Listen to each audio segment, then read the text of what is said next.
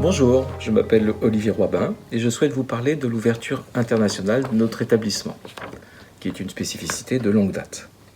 Cette ouverture internationale se traduit principalement par des échanges que j'organise depuis maintenant 25 ans. Ces échanges se font en collaboration avec des écoles partenaires avec lesquelles nous avons tissé des liens durables. Ils s'adressent principalement aux élèves des classes européennes, de la 4e à la seconde, ainsi qu'aux élèves de première et terminale qui le souhaitent, en prenant en compte, bien sûr, leurs résultats scolaires et leur comportement.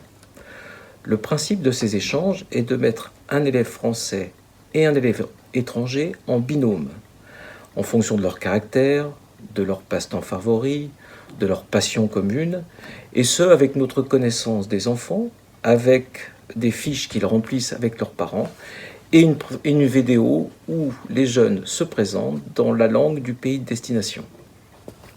Une fois ce binomage accompli, les enfants peuvent communiquer, faire connaissance avant de se rencontrer.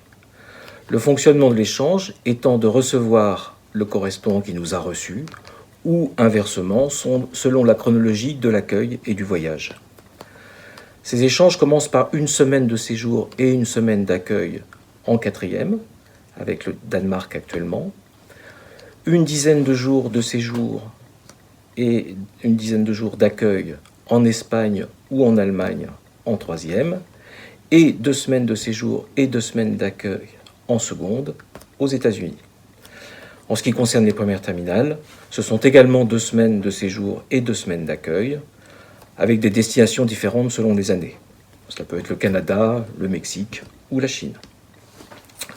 Lors de l'accueil, que cela soit pour nos invités ici ou pour nos enfants sur place, nous visons un équilibre entre les sorties culturelles et touristiques, la découverte d'un système scolaire, car en dehors des sorties qui sont organisées, les enfants vont en cours avec leurs correspondants et deviennent écoliers du pays où ils se trouvent, et bien sûr l'immersion en famille et les amitiés durables qui en découlent souvent.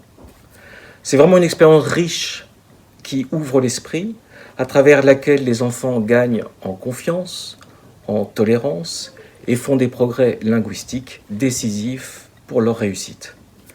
Voilà un petit résumé que je me ferai un plaisir de détailler lorsque nous pourrons nous rencontrer.